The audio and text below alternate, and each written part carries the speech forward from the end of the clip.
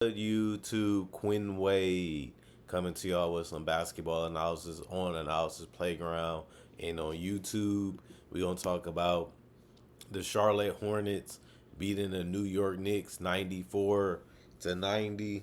They started off very well, 23-12 in the first quarter, outscoring them. They lost a little bit of that lead, 24-28 and 20-23 in the second and third quarter. They still made it 27-27, stopping the Knicks from taking the lead the entire game. It went down all the way to the wire where free throws was made, shots were close, and the Charlotte Hornets was able to hang on to the lead that they was able to build and to keep the Knicks from taking it. They made their free throws down the stretch to make sure they can win this game.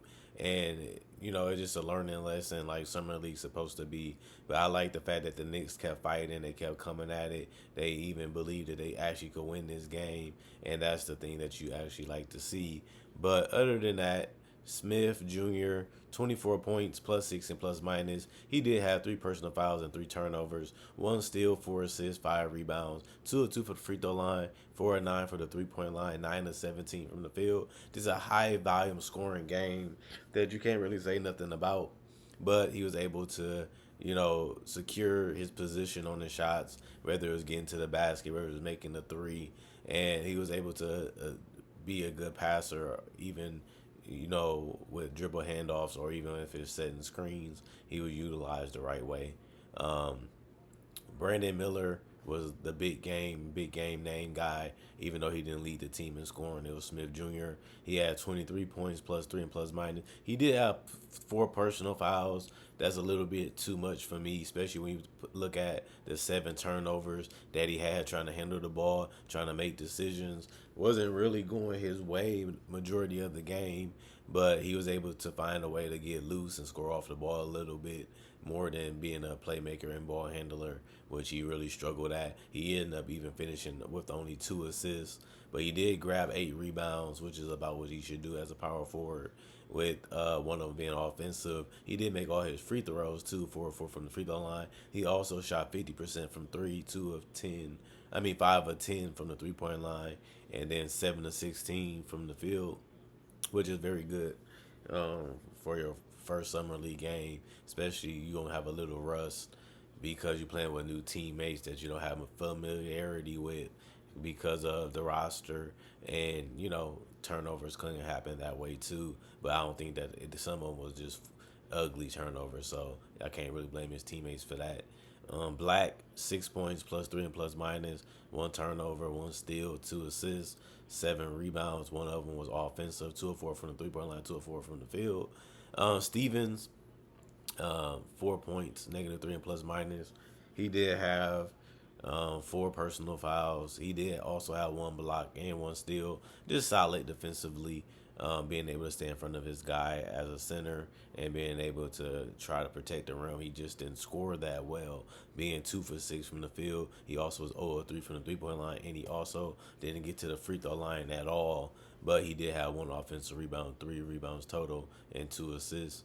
Um, the other Simpson, he actually had 15 points and he was 5 of 9 from the field. He also was 1 of 1 from the 3 point line. Didn't get too much up, but he did make the one that he shot. Also, the free throws, 4 of 4 from the free throw line. You would love to see that, but the best part of the game was his focus on getting guys involved and making sure people get their touches, and he did that very well with 10 assists, and he only had 5 turnovers. The turnovers going to be a little high, but this is what you get when you got young players trying to facilitate and find guys and still trying to be able to score and still trying to find that balance.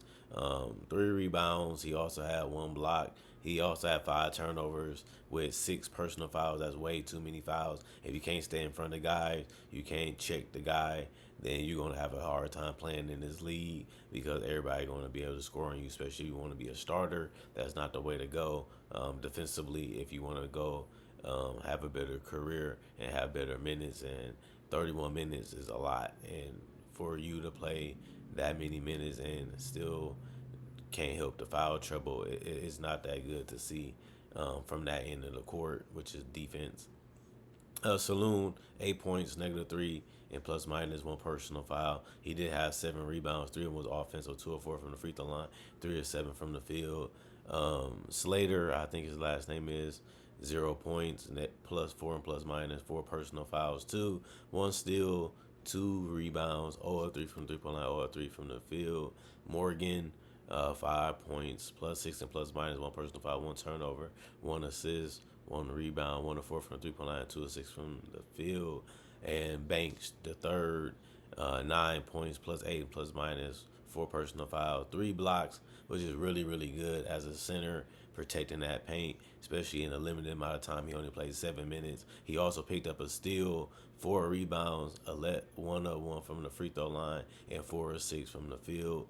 A lot of guys did not play tonight, but I think it was for the better because they did shoot 45% from the field. They shot average from three, which is 35%, 86% from the free throw line, only missing 2 free throws the entire game, 13 to 15. I like that. When it comes to turnovers, they had 17, which is below 20, but the other team did better in a turnover, which is the Knicks, who we're going to talk about now. They did shoot 42% from the field as a team. They shot 34% from three. That's why the game was close. The difference probably was the free throws, where the Knicks had 16 to 21, which means they only shot 76% from the free throw line. And that was detrimental, when it came down in the fourth quarter to make shots. He was able to create shots and get to the free throw line. You just wasn't able to make them and take advantage of them as much as you would like. But they was still there, with Toppin having 19 points, 3 personal foul, 1 block, 3 assists. One of them was offensive, 6 rebounds total. He shot 1 of 3 from the free throw line, 2 of 3 from the 3 point line, and 8 of 16 from the field. Diet, I think his last name is, 5 points, -6 and plus minus, one personal foul, 2 turnovers, 2 assists, 5 rebounds, 1 of 2 from the free throw line, 0 of 3 from the 3 point line, 2 of 8 from the field. I like what he did. He did stay confident out there from the 3 point line. He was able to continue to get quality looks. He just couldn't make them the way that you hope that he could. I feel like this guy Huck Aporte, 3 of 6 from the field. He did the same. He scored the baskets that was right in front of him, and he also missed some easy ones. 2 offensive rebounds. He did have 5 rebounds total, 2 assists, and 6 points, and -1 and plus minus. And Kolek, he did get 7 points. He also got +9 and plus minus, one personal foul. He did get 7 assists and 7 rebounds. He did shoot 2 of 2 from the free throw line, 1 of 2 from three, 2 of 6 from the field. And of course, Washington, 26, -3 and plus minus, one personal foul, 3 turnovers, one steal. He also had one offensive rebound, 3 rebounds total. He was 6 of 8 from the free throw line, 4 of 8 from the 3 point line, 50%, and 8 of 18 from the field. He really was going out there looking for a shot. He was trying to get to the paint, and he also was trying to find a way to play off the ball and shoot threes. He did all that successfully tonight. And even though he didn't shoot crazy from the field, he shot decent, and I would take that, if you're going to give me 26 points out of that, and still being able to, stay out the way and let other guys play on the ball or off the ball. And he was able to do both very well tonight. There's nothing you can really complain from him besides, can you make a little bit more easier shots that you had the opportunity to make and take a full advantage of them next time. It's all I can really say. Lewis, 2 points, -6 and plus minus, 1 rebound, 1 of 4 from the field, 0 of 2 from the free throw line. Um, Canada, I think 0 of 2 from the field, 0 of 2 from three. This other Joe Bokalitis, 8 points, -6 and plus minus, one personal foul, 3 turnovers, one steal, 1 assist, 2 rebounds, 2 of 2 from the free throw line, 3 of 6 from the field. Scamp Intesiviv, I think 9 points, -4 and plus minus, 3 personal foul, 2 turnover, 1 block, 2 assists, 7 rebounds, 1 of 1 from the free throw line, 4 of 6 from the field. He did play 20 minutes. He was just a big body that rebounded the ball well. He also did some decent screens. He also protected the rim pretty solidly with the block.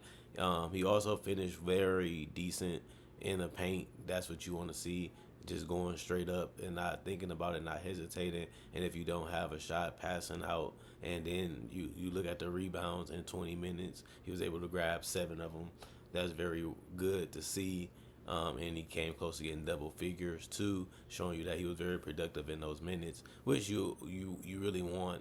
Bog, he also had 8 point, -4 and plus minus 4 personal fouls, 1 turnover, 2 steals, 1 assist, 3 of 3 from the free throw line, 1 of 3 from the 3 point line, 2 of 6 from the field. He was solid. He gave you the minutes that you needed, and he did score. He didn't shoot terrible from the field. You would like to see what's his next thing he's going to try next game, as we continue to see that some of these guys look real decent in some of these games. This was actually a very well played game, a really high executed game. Guy just missed some easy shots that they had, and they ended up giving the opportunity almost away. But other than that, teams was competitive. They really fought. They really wanted to play hard, and they have done that tonight in this particular game. And there's nothing you can really say bad about either team besides, take care of the ball better and, pass better.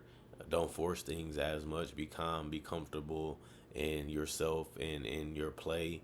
And that's the biggest takeaway from this game. The pressure defense and the guys consistently staying up on you and forcing you to make decisions quicker when you can just take your time just a little bit and make the right play, or run the right play, so that way you can get the guy the ball where it needs to be, instead of trying to try all these tricks and shooting the ball through a fire hoop and stuff like that.